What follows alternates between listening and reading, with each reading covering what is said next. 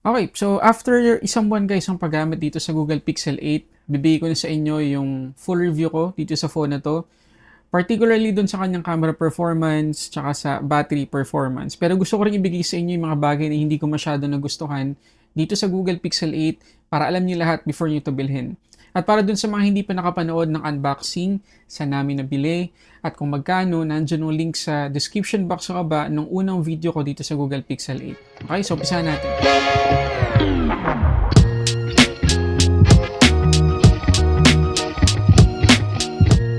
Okay, so doon muna tayo guys sa mga bagay na hindi ko masyadong nagustuhan dito sa Google Pixel 8. So una sa lahat, kung mapapansin ninyo, nakabili na ako ng case. Ayan, ano to, Ringke na parang rugged case nila. Nandyan yung link sa description box sa baba para sa mga interesado.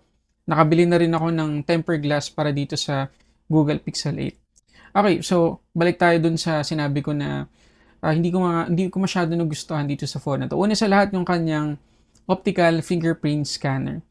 So, okay naman siya. May mga times lang kasi na hindi niya mabasa na maayos yung fingerprint ko, lalo na pag nagmamadali ako. Ngayon, okay siya. Ayan, o. Diba? So, tap mo muna. Tsaka, ma-unlock ng maayos. So, hindi siya ganun ka-sensitive. Ayan, mas maganda kung tap muna ng isang beses, tsaka mo i-unlock. Mas, ano yun, mas accurate, mas reliable. Pero kung basta mo lang alalapag na ganyan yung finger mo after mo ma-unlock, ayan, diba? So, may gano'ng issue akong na-encounter dito sa phone na 'to. At mas maganda rin sana, kagaya dun sa mga Pixel 9 ng Google ngayon, Pixel 9 series, parang naka-ultrasonic fingerprint scanner na yung mga yon. Unlike dito, optical. So, kailangan ninyo, ano lang, suggestion ko lang, kailangan ninyong i-register yung fingerprint niyo ng ilang beses. I think mga tatlo o tatlong beses niyo pwedeng i-register yung fingerprint niyo. Mas maganda ubusin niyo yun para siguradong ma-unlock agad yung phone niyo kapag nilapag nyo yung inyong thumb. Isa pa sa hindi ko masyado nagustuhan, nasabi ko na to dun sa unboxing at first impressions ko, ay yung placement ng kanyang power lock button tsaka ng volume up and down button. So, kagaya ng sinabi ko, akala ko makakasanayan ko. Pero hindi talaga guys eh. So, ganito yung nangyari no. Nung nagbakasyon kami, so hawak ko to, nag-take ako ng picture, pero ginagamit din ng wife ko yung S23 Ultra. So, pag inabot niya sa akin kasi kailangan ko mag-take ng photo, ilalak ko na siya. Ang mapipindot ko yung volume up or down nung S23 Ultra kasi mali yung placement nitong Google Pixel 8. Para sa akin kasi napaka-unusual kasi na nasa taas yung power lock button kung ikukumpara mo dun sa ibang mga Android phones sa ngayon. Alam kong marami sa inyo magsasabi na, hindi, tama lang yan, di ka lang sanay. Guys, isang buwan. Isang buwan talaga. Palagi pa rin ako nagkakamali, lalo na pa nag-switch na ako sa ibang Android phone. So, watch out lang dun sa mga bibili ng phone na to. Be aware na kapag gumamit kayo ng ibang phone, lalo na ibang Android phone, kapag i-lock nyo na or i-unlock ninyo, pipindutin niyo yung power lock button, sigurado mamamali kayo kapag ibang Android phone na ulit yung hinawakan nyo. Okay, isa pa na hindi ko masyado nagustuhan dito sa phone na to. As expected, wala tayong micro SD card slot. So, hindi tayo makakapag insert dito ng micro SD. Kung 128 GB yung variant na nabili ninyo, forever nang ganun yon. Ang pwede nyo na lang gamitin ay yung mga cloud storage like Google Drive or Dropbox, mga ganyan. Or kung meron kayong NAS, mas okay. So, mapagastos kayo ng kaunti dahil sa maliit na storage ng phone ito or hindi expandable na storage. Okay, so basically yun lang yung tatlong bagay na talagang masasabi ko na hindi lang ako yung makaka-experience. I'm sure kayo din. Marireklamo nyo din yun dito sa phone na to. Ngayon yung mga susunod na mga itatakal natin tungkol dito sa Google Pixel 8, very subjective na. I mean, malamang sa malamang ay opinion ko na lang. Baka hindi na masyado mag-matter doon sa ibang mga tao, pero sana makatulong pa rin. Okay, so before tayo mag-start doon sa mga didiscuss ko, gusto ko muna ipakita sa inyo na itong Google Pixel 8 ay compatible sa 5G connection. So, naka-ano tayo ngayon, ayan o. Hindi tayo naka-Wi-Fi. Naka-GOMO SIM ako ngayon. So, ayan o. Pwede ang 5G.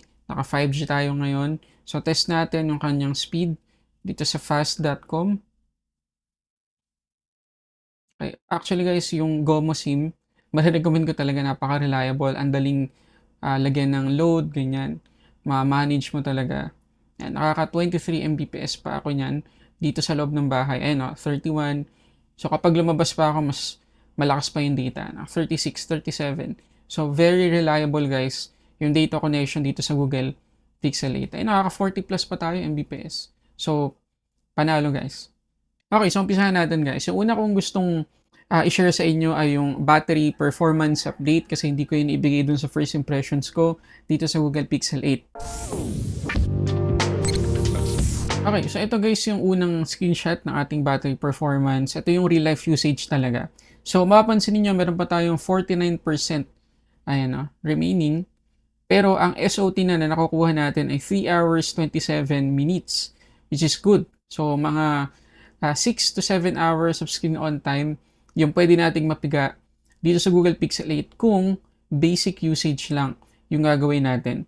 So hindi ako masyado nag-browse sa internet o sa social media, tapos naka-data tayo buong maghapon, tapos ayun, ganyan yung magiging screen on time sa real life usage. Pero syempre, kaya ng dati, nag-PC mark pa rin ako. So, dalawang test yung ginawa ko. Una, kapag naka 60 Hz lang. Pangalawa, kapag naka-on yung 120 Hz or auto refresh rate. So, pakita ko sa inyo. Okay, ito guys, yung nakuha natin kapag naka 60 Hz lang tayo na refresh rate. Almost 17 hours guys. So, 16 and a half hours.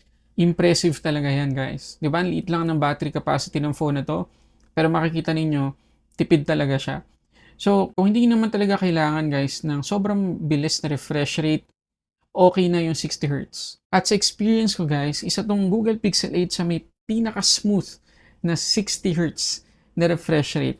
Nung nag 60 Hz na ako dito sa phone na to, after ilang araw siguro, parang hindi ko na maisip or hindi ko na naalala na naka 60 Hz pala ako. Ganun siya ka-smooth. Parang naka 90 Hz pa rin ako.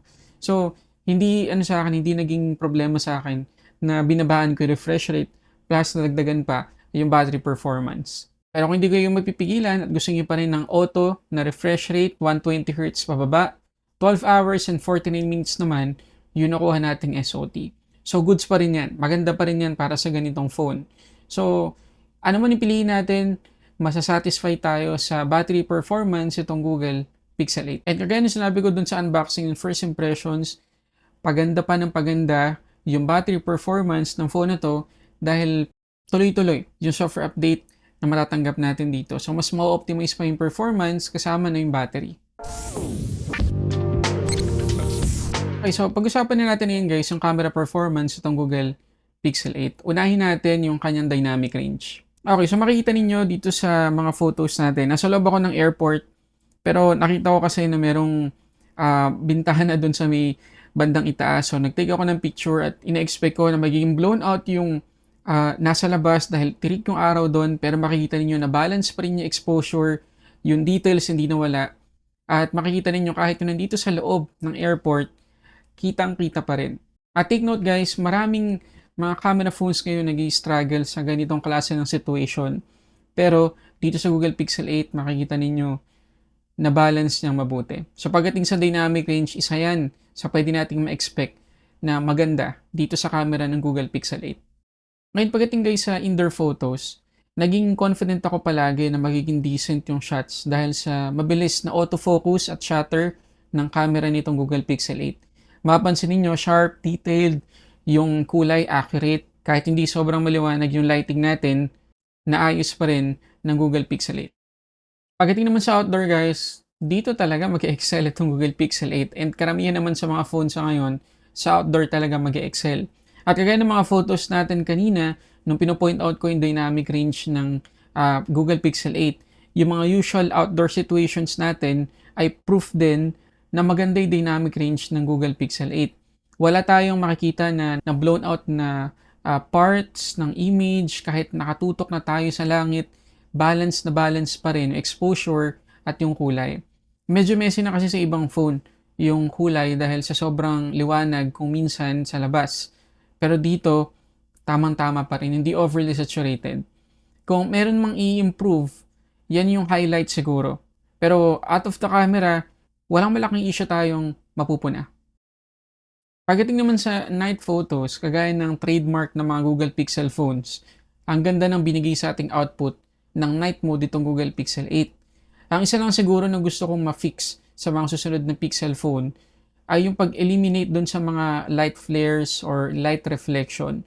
Yun kasi minsan yung nagiging cause bakit ang dumi tingnan ng mga night photos natin dito. Pero other than that, wala na akong makomplain. Ngayon, check naman natin guys yung ultra-wide, 1x, tsaka yung 2x. At para sa akin na perfect dito sa Google Pixel 8 yung color accuracy nung tatlong mode na yan. Hindi ka na makakakita ng difference sa kulay pagdating sa ultra-wide papunta dun sa main camera. At kahit yung clarity, yung saturation, sobrang balance din. Ngayon, pakita ko sa inyo guys yung mga sample videos kuha dito sa Google Pixel 8 main camera at dun sa selfie camera. Kayo na mag-judge, comment kayo dyan sa baba.